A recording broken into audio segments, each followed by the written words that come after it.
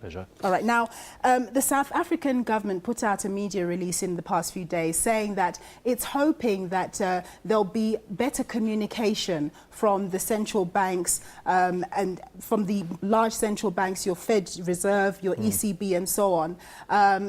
What do they mean, do you think, by better communication? Do they want a heads up before the rest of the global economy? I think it's highly unlikely we'll get to a stage where countries get an advance warning or heads up. I just don't think that's on the cards. But I think what they're really looking for is they're looking for certainty, and they're looking for some form of, I guess, a roadmap with a timeline.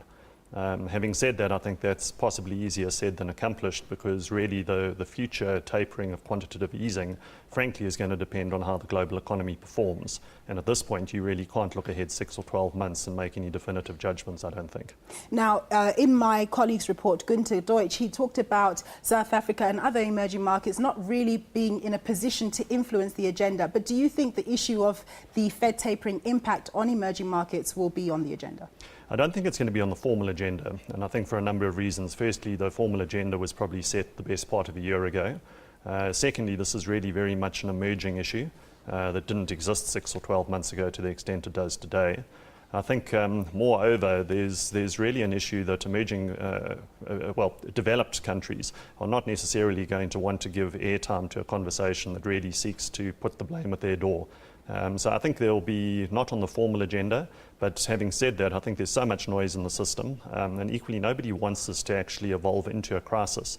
And I think because of those factors, it's almost certain that it'll be discussed around the main meetings. Well, it's interesting that you say that, because UK Finance Minister George Osborne apparently said that emerging markets should stop pointing fingers and get on with the business of sorting out their affairs. To what extent do you agree with that sentiment? I think it's partly a fair comment. I think, emerging markets really have had such a good ride over the last couple of years in terms of attracting international capital, really making their own economies easier to access and do business, and hasn't necessarily had the urgency that we probably have right now.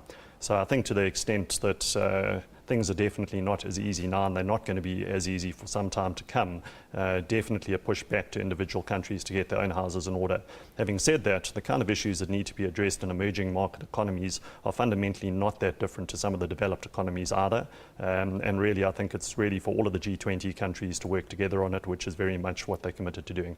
Now, you look at the African continent, you advise you advise your clients on investing in Africa and so on. But the thing that I never understand about the fragility of markets is that the returns in Africa and other emerging markets are still quite high. So why is the fickleness of the market distracted by the reality that the fundamentals are actually quite good? It's an absolutely perfect point that you've raised. The reality is real investors, people who've got serious money to invest in Africa, are genuinely not affected by a lot of the cyclical news that we see. They've got very clear strategies. They know what sectors they want to be in. They know what countries they want to be in. The returns that they're getting in some of the countries in Africa can be growth of 30–35% per annum. Quite frankly, if the exchange rate weakens slightly in between, or there's a bit of market sentiment against emerging markets, it's not going to stop them investing.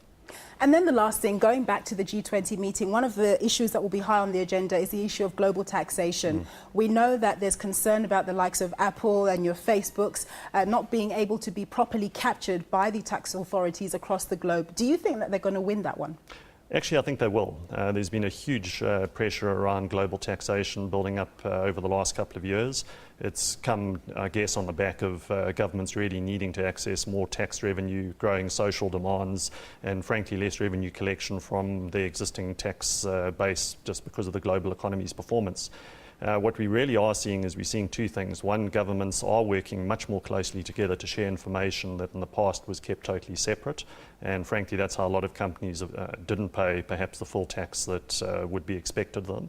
But then equally, where there are loopholes, and there are always loopholes wherever you have rules, there's a huge amount of work and effort going into tightening up those or eliminating them altogether. All right, well, thanks very much for your time, Anthony. Pleasure. That was Anthony Thunstrom. He's MD of KPMG Africa. Credit